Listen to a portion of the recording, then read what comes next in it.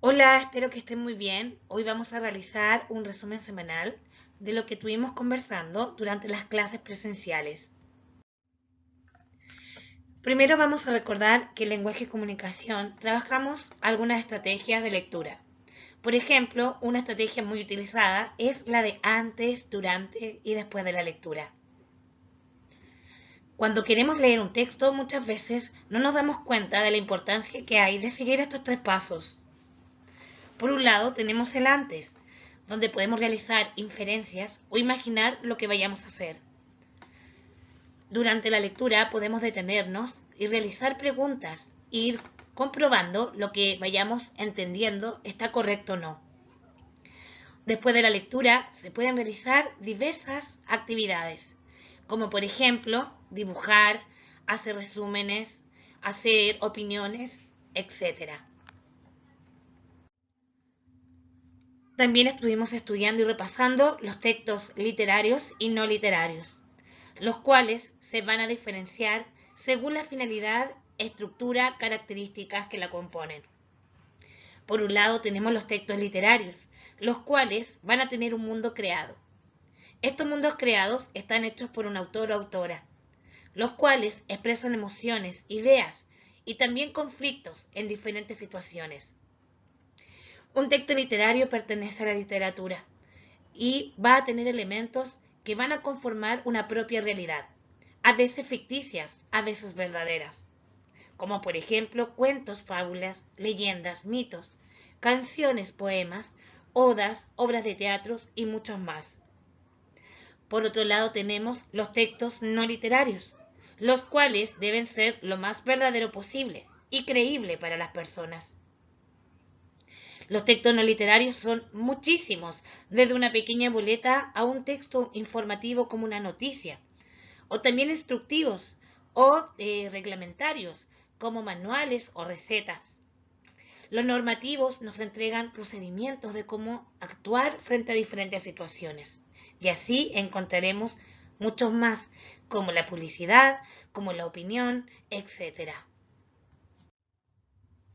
Un texto literario, por ejemplo, es la historia escrito por Cervantes, Miguel de Cervantes, llamado Don Quijote de la Mancha, o este hidalgo, este famoso hidalgo, este gran caballero que está situado en una época clásica de la literatura, en donde podemos ver las aventuras de una persona mayor que al leer diferentes novelas de caballería transforma su mundo a una realidad distinta, creyéndose un verdadero caballero andante.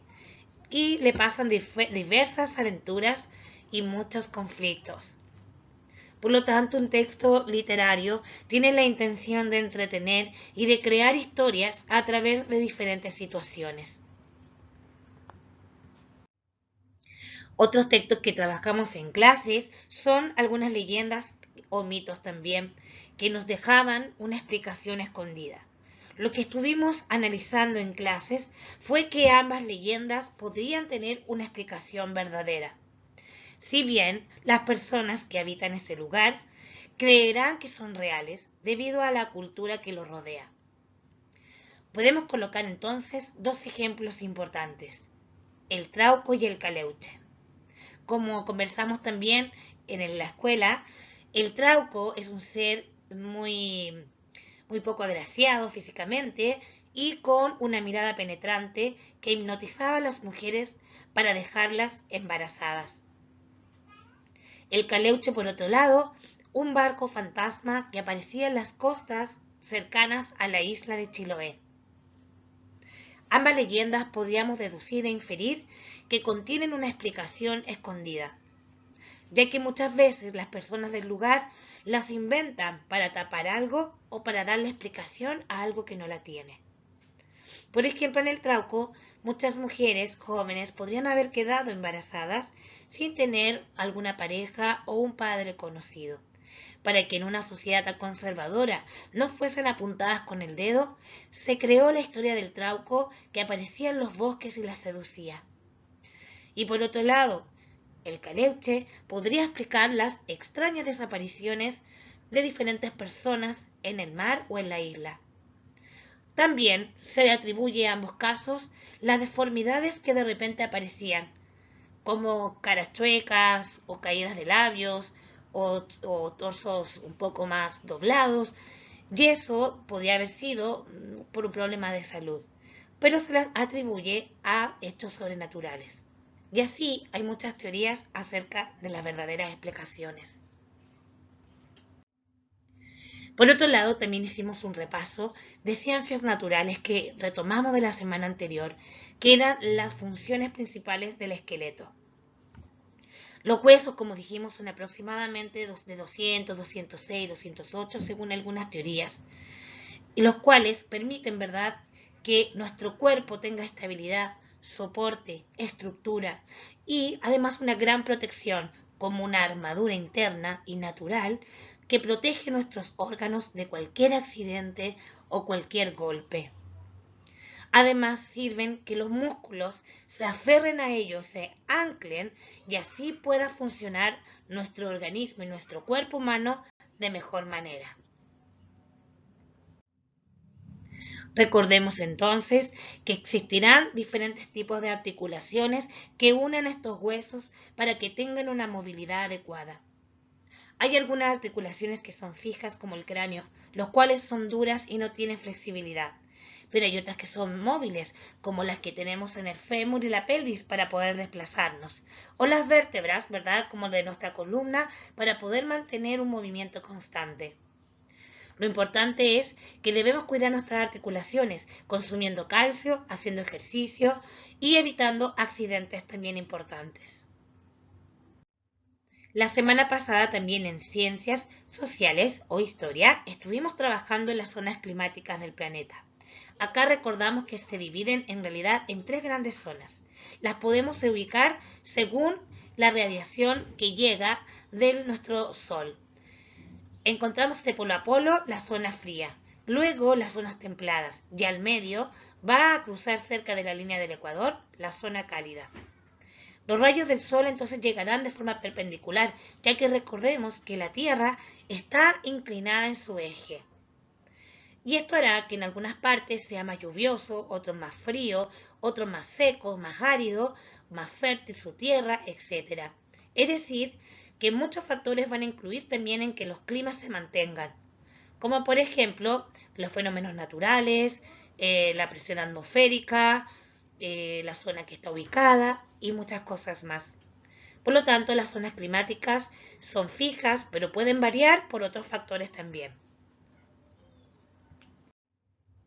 Acá tenemos unas características principales de las zonas climáticas que hemos trabajado.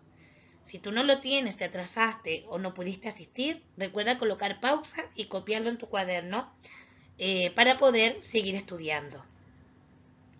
La zona entonces cálida es una zona más tropical, la que está más cercana a la línea del Ecuador. Y podemos encontrar que hace mucho calor, las temperaturas son altas y también hay mucha humedad, lo que permite el desarrollo de vegetación abundante como las selvas. La zona templada es la zona donde es la más adecuada y agradable para poder vivir. Podemos evitar porque los grados de temperatura son bastante más tolerables que los otros tipos de climas. Además, es muy favorable porque vamos a encontrar diversidad de fauna y flora y también de variables en temperaturas que no son tan extremas, por lo tanto hace más fácil la vida en ellas.